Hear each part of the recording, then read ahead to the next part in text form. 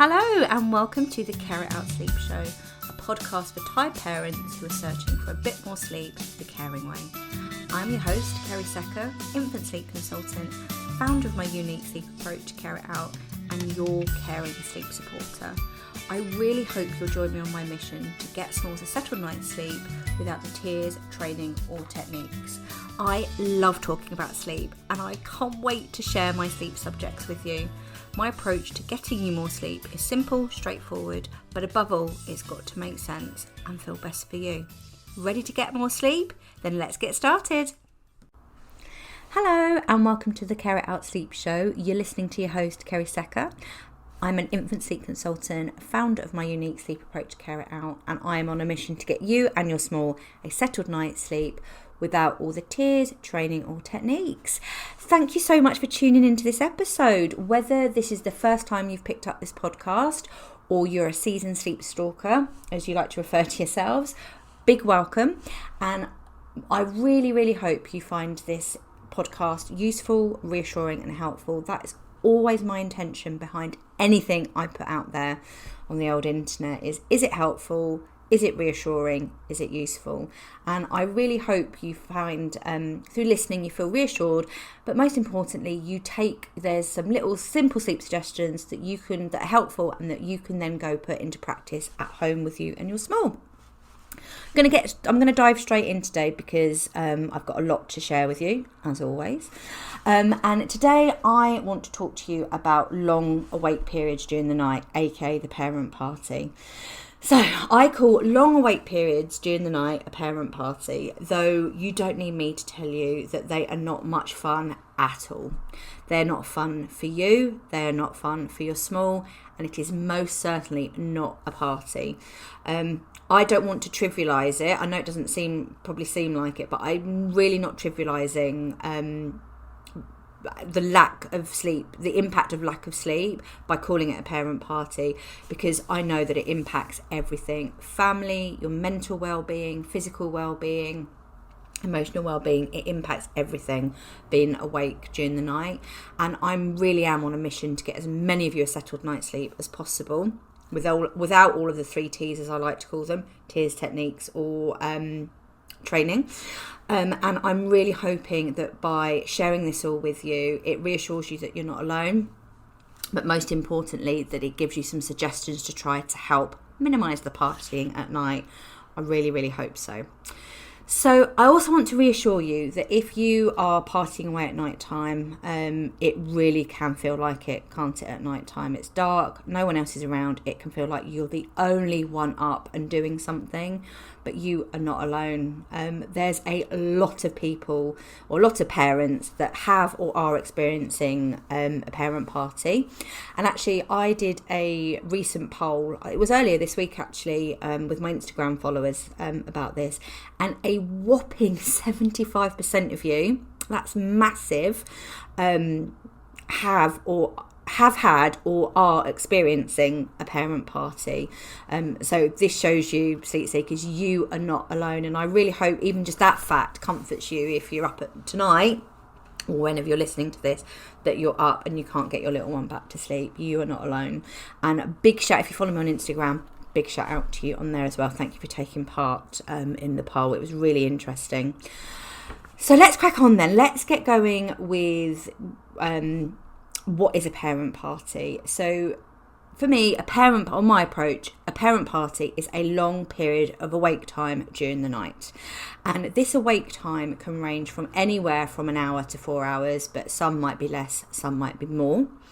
I think it might be worth noting actually that the average time it takes a little one to get back to sleep at night time after a feed, like to have a feed, wake up, get sorted, wind, burp, settle back to sleep, is around 30 minutes. I wouldn't necessarily call that a parent party. Again, can be tough waking up, tiring, but I think for me a parent party, it really is a long sustained period of where they really can't, they're awake for a long period and they find themselves not being able to get back to sleep. During this parent party, your small can be either full of beans, like really enjoying the party, and for older ones, they might be pointing to the door, literally raring to go, pointing to the door, wanting out. Some of you might actually even come out of the room. They're really getting into the swing of it. And for younger ones, they might be quite happy cooing, clapping, playing, chatting. They really want to interact with you at that time of the morning, which is cute, but not at 3 a.m. in the morning. Or it might actually go the other way.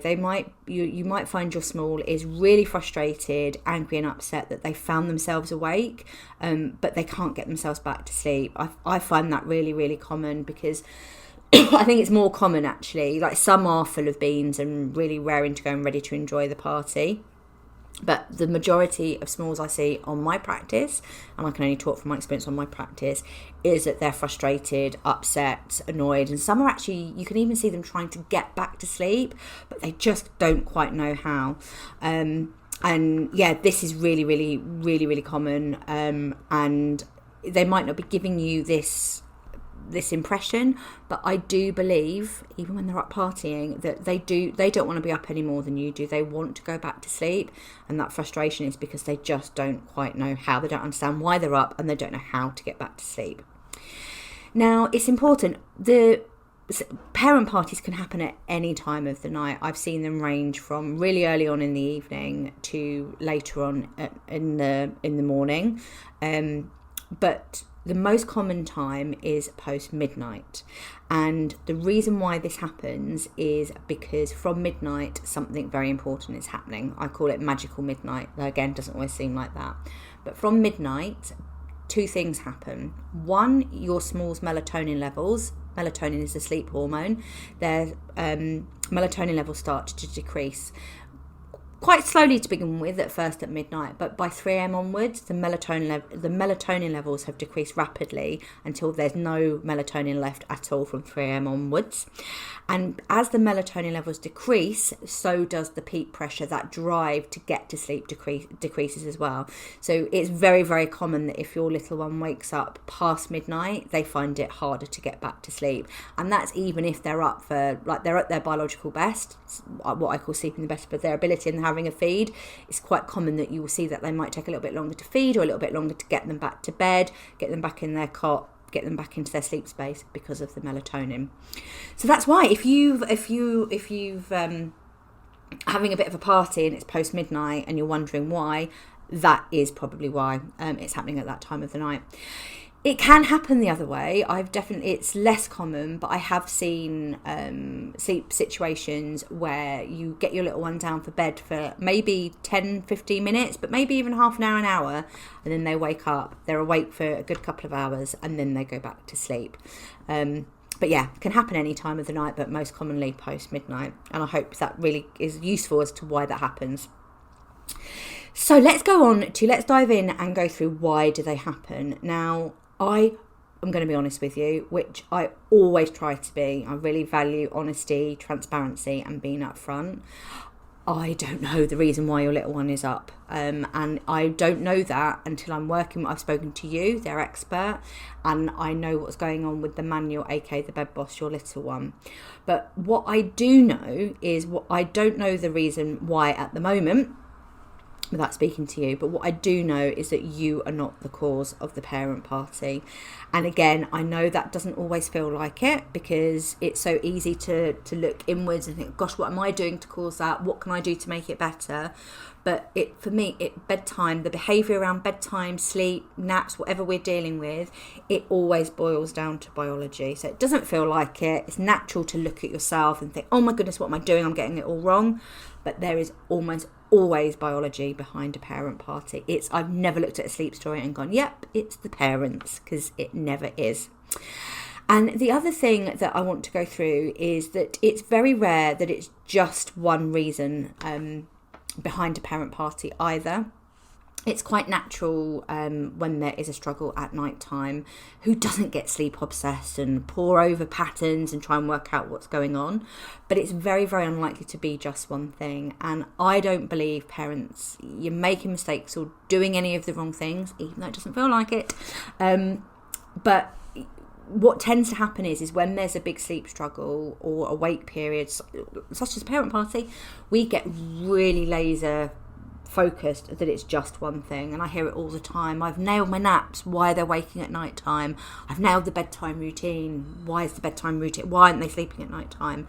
And in all honesty, it's because it's so rare that it is just one very clear-cut reason why they're up and they can't find themselves unable to get back to sleep. Everything is linked with a small, so behaviour, sleep, going to the toilet, food, diet, and in sleep everything is linked, which is why I look at all of my whole approach is very holistic. I look at everything, all of those 4 things, and then within sleep I look at 4 areas as well, and I call these my 4 sleep steps for a settled night's sleep. Again, you might have heard me talking about these if you've been listening for a while, but these are naps and bedtimes are timings, bedtime routine, bedtime boundaries, how your little one is going to sleep. I'm actually going to talk about that in a minute, and then what we're doing at night time. And it's usually a combination of 2 or more of these things that are causing an unsettled night's sleep or a parent party. Okay, so hopefully that gives you some reassurance to realise actually that it isn't you causing it, it's about biology. So now I'm going to move on to some of those reasons and explore 2 of the most common reasons behind a parent party. So number 1, the most common reason behind a parent party is the bedtime boundary. So a bedtime boundary is simply how your little one goes to sleep. So you might know them as a sleep prop, a sleep crutch, a negative sleep association. On my approach, everything is as simple and straightforward as possible. Your bedtime boundary will either work or it won't work. It's never wrong. It will just work or it won't work. Some examples of bedtime boundaries are feeding, rocking, shushing, patting. Now, none of these things are the wrong thing. And for some little ones, you can feed, rock, bounce, pat them all the way to sleep, and they'll either sleep through, I know, or they're sleeping at what I call their biological best. They are waking for the feeds they genuinely need and sleeping the best of their ability, which is where that's always my aim, is to get parents to that point. It's not to push them to join the sleep through crew. However, for some little ones, they have what I call a bedtime boundary block, and the bedtime, how they went to sleep, can cause a bit of a parent party. And this comes back to, I was mentioning it before, all about safety. Everything we do always boils down to biology and keeping ourselves safe when we're sleeping. So what happens is from 4 months old, we all cycle, not cycle on our little bikes, but sleep cycle through the night. And it's a safety system to make sure we're safe whilst we're sleeping. And from 4 months old, your little one has 2 sleep cycles, light and deep sleep. So they start off the night in light sleep, then they go into deep sleep, light sleep, deep sleep, all throughout the night. And just as they come out of their light sleep cycle, before they go into their deep sleep, they rouse and do what I call change checks. And these change checks are always done before they go into their deep sleep, because that's where they're going to be the most vulnerable. So what happens is your little one goes to sleep, rocking, however they go to sleep, they wake up, they do their change check. For some, it's not for all, but for some little ones, they wake up, they realise there's a change from how they went to sleep, and then that change means that they wake up and they find themselves not being able to get back to sleep. And it's a safety system. They need to have what happened at bedtime replicated exactly to tell their body that it's safe enough to go back to sleep. So I hope that makes sense as to why that's a very, very brief sleep summary of a bedtime boundary there. And the reason why bedtime boundary can cause a parent party, and as I mentioned before, for some it makes no difference. They'll be fed, rocked, in fact the majority, and they either sleep through or they have the feeds to go back to sleep at night time. However, for some, what can happen is they wake up, realise that there's a change. That change can mean a compromise to their safety, and then they need whatever happened to go back to sleep. And in the beginning of the night, pre-midnight, when melatonin levels are at its highest and that drive to sleep is also at its highest, it's quite quick. They get pulled back into that sleep again and they can go back to sleep okay. However, from midnight, what can happen is the melatonin levels start to decrease, and what can happen is that bedtime boundary, then they might need more and more of their bedtime boundary to get them back to sleep, or it can stop working altogether. And hello, parent party. And post midnight, bedtime boundaries can cause a parent party. Like they wake up, they want to go back to sleep, but they can't. The bedtime boundary just doesn't work to tip them back over into that sleep. Or from 3 a.m. onwards, when there's no melatonin in their system whatsoever and they've got all their wake up hormones, what you might find is they might not be awake, so to speak. So you might not be partying, but they constantly need something to get to sleep. Does that make sense? So they might need constant feeding or constant rocking or constant patting. So that's the bedtime boundary block and why that can sometimes cause a parent party at night time. And I would probably say with the parent party, that's why I've done it first. That's probably the most likely reason behind a long wake up period. And I think it's important to say here that I don't push independent sleeping. I don't believe in self-settling or self-soothing. I'll need to do another podcast episode on that, otherwise I'm going to get sidetracked with this. But bedtime boundary, it's such a personal thing, and whilst I don't push it for some little ones, it really does impact it. And if it's frequent wake ups during the night, then they're going back to sleep within that 30 minutes, it's very unlikely that it is going to be a bedtime boundary on its own. There would be other things to look at. But if you've got a big awake period, like it's a really solid block of awake time during the night, this is when I would be coming to look at what's happening as they go to sleep, aka their bedtime boundary.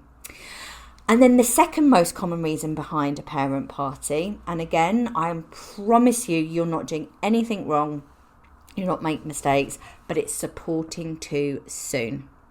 And what I want to say about this is that going to your small any time of the night, if you feel that you need to get to your baby, they're asking for support, that can never, ever, ever be the wrong thing. But at night time, it's very, very natural. What I mean by supporting too soon is that my whole approach is if they're asking for support, we always meet your small at that point of need. I don't believe they can manipulate you or they're up just for the fun of it. If they're crying, they're asking for support, we always support them straight away. Meet their need, meet them where they are. However, it's also normal within that for your little one to wake up at night time and do what I call natural nocturnal behaviour. So, and some are really noisy with this as well. So noisy natural nocturnal behaviour. I do love alliteration. And what can happen is it's very, very normal and natural for your baby to make noises at night time, shrill, shriek, clap, play, coo, practice chatting, rolling over, cock cruising, cock crawling, bed exploring, all of these things. And just because they're awake at night time doesn't necessarily mean that they're asking for support. For me, it's a trust thing. We have to trust, which is really, really hard, that if your small needs you, he or she is going to let you know, often very loudly. And then they have to trust that if they ask for support, you're going to go to them straight away.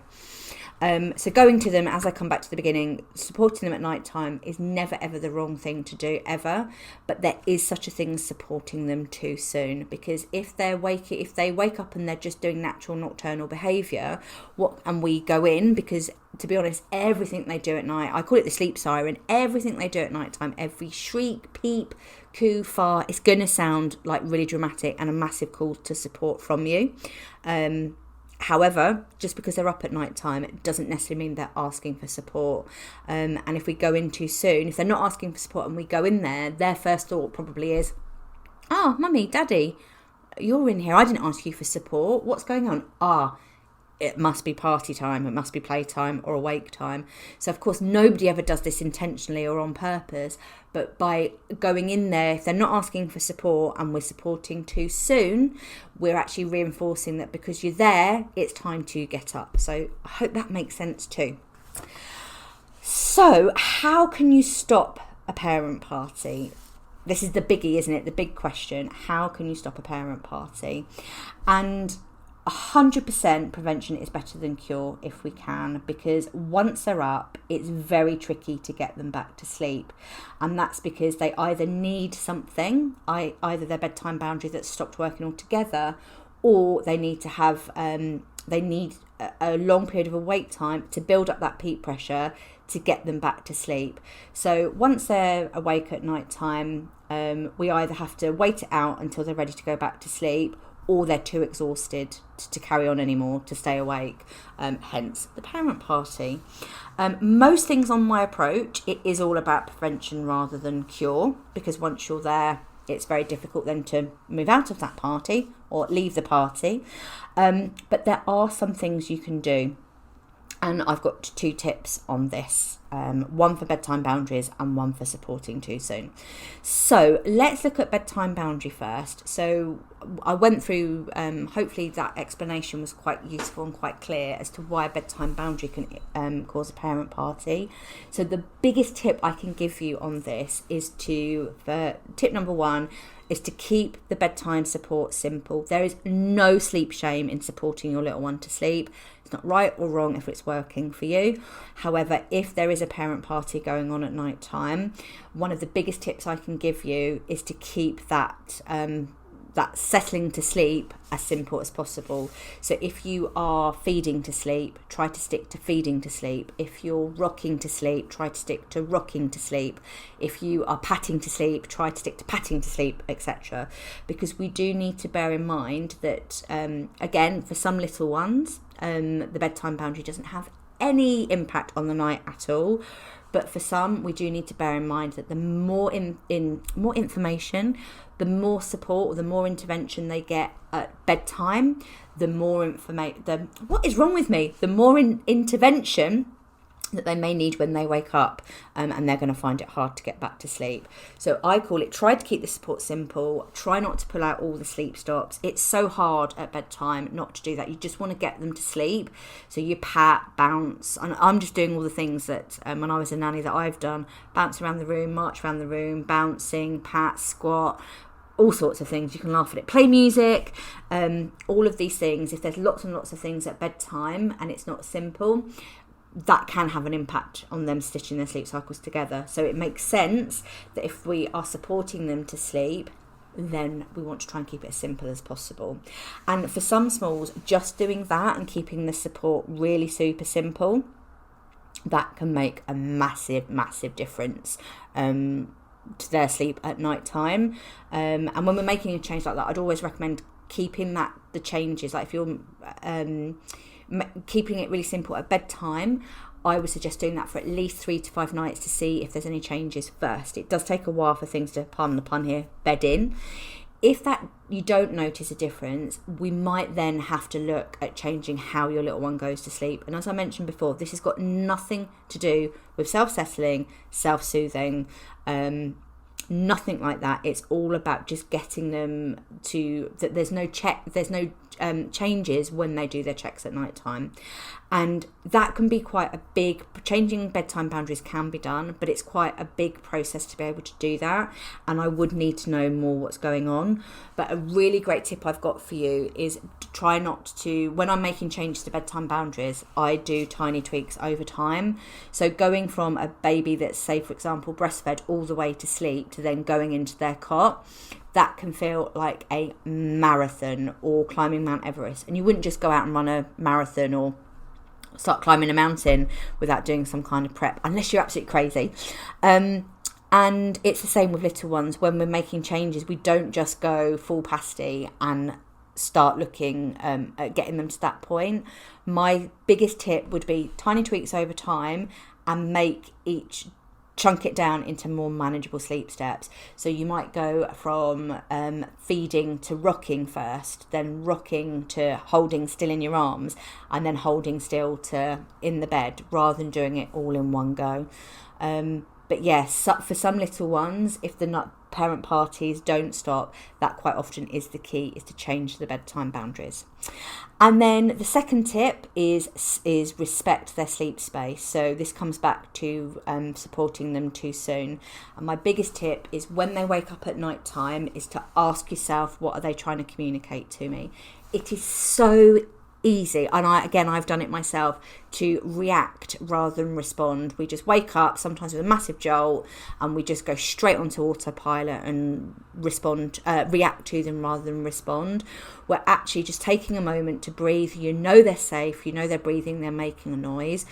Breathe, ask yourself, what are they trying to communicate to me? And if they're doing that natural nocturnal behaviour, they're kicking around, eyes are open, their eyes, arms and legs are pumping, they're singing, cooing, clapping, basically anything other than crying.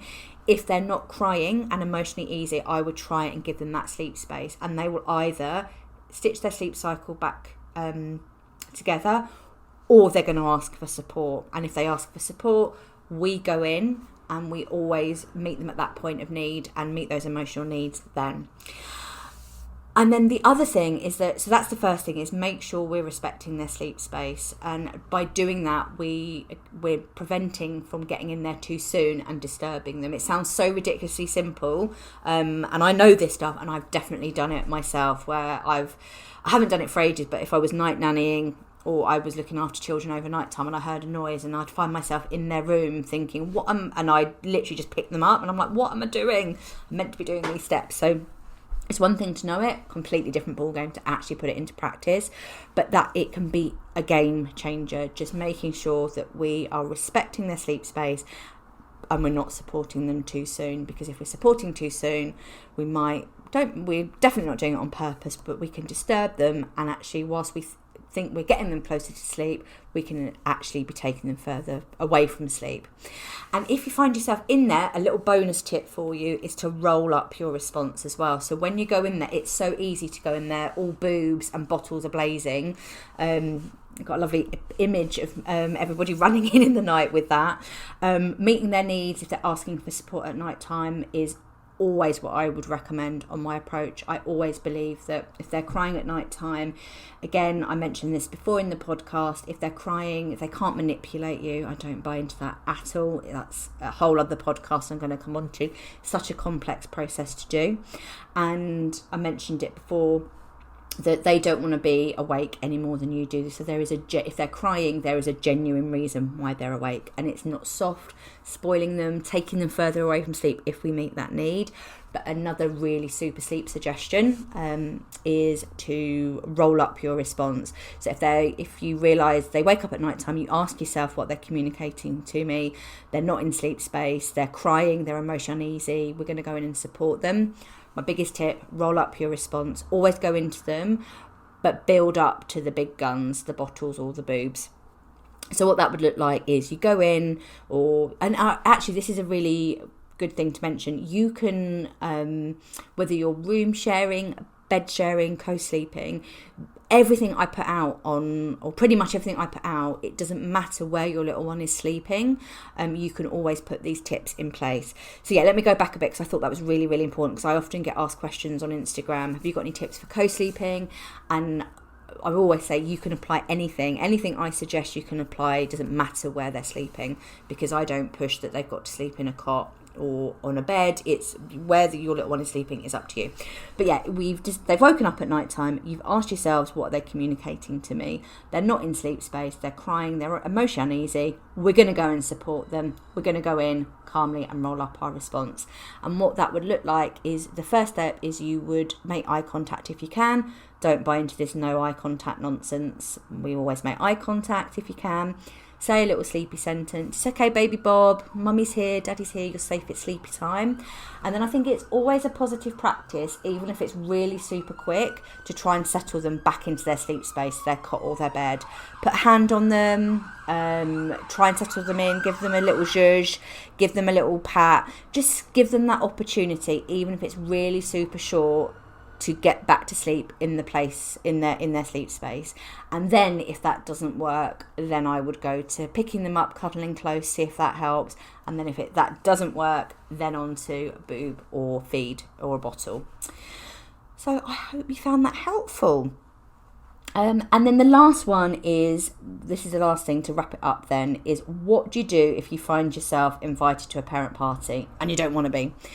As I mentioned before, prevention is definitely better than cure, for all of the reasons I've just gone through. Always a genuine reason why they're up. Once they're up, try to see that as a symptom of something that's going on in their setup. So once they're up, it is very difficult for them to get back to sleep without the bedtime boundary. That's not going to work. or they've got to build up that peak pressure again. But if you do find yourself invited to a parent party, my suggestions would be to keep it as calm as possible. That can be really difficult because for everybody's sanity, you might want to put on the TV or go downstairs or start playing and interacting. But again, that sometimes can reinforce that actually it is time to get up and play. So if you can, my suggestions would be to try and stay in their bedroom or their sleep space. Try to keep it as calm and dark as possible and keep interaction to an absolute minimum. If you find though that for everybody's sanity you need to get out of the room, you need to do something, you need a bit of a bed break, then by all means do that. But yeah, if you can, ideally they stay in their sleep space and it's calm, quiet, and it just again it's reinforcing that message that it's quiet time. And if you do find yourself like that's just not working, they're screaming to come out, bring them out. And that's when I would probably be looking at working on the cause of their parent party. I really hope you found that interesting, useful and reassuring. I mentioned in the beginning, that's always my intention for any of these podcasts. Thank you so much for tuning in. Big love and sleep solidarity to you all, and I'll see you in a couple of weeks. Thank you so much for listening to me, your host, Kerry Secker, on the Care It Out Sleep Show. I really hope you found the podcast reassuring, informative, and a little bit fun. If you did, please don't forget to subscribe to the show below, and I'd be so grateful if you could leave me some fabulous feedback. I always love hearing from you, and one lucky listener will win lifetime access to my Bedtime Basics e-course every single month. My next podcast episode will be out in 2 weeks' time, but if you can't wait for more of my sleep shizzle, you can find me over on Instagram at Care It Out Sleep Consultant. I update my sleep squares and speak sleep there on the daily. Big love and sleep solidarity to you all.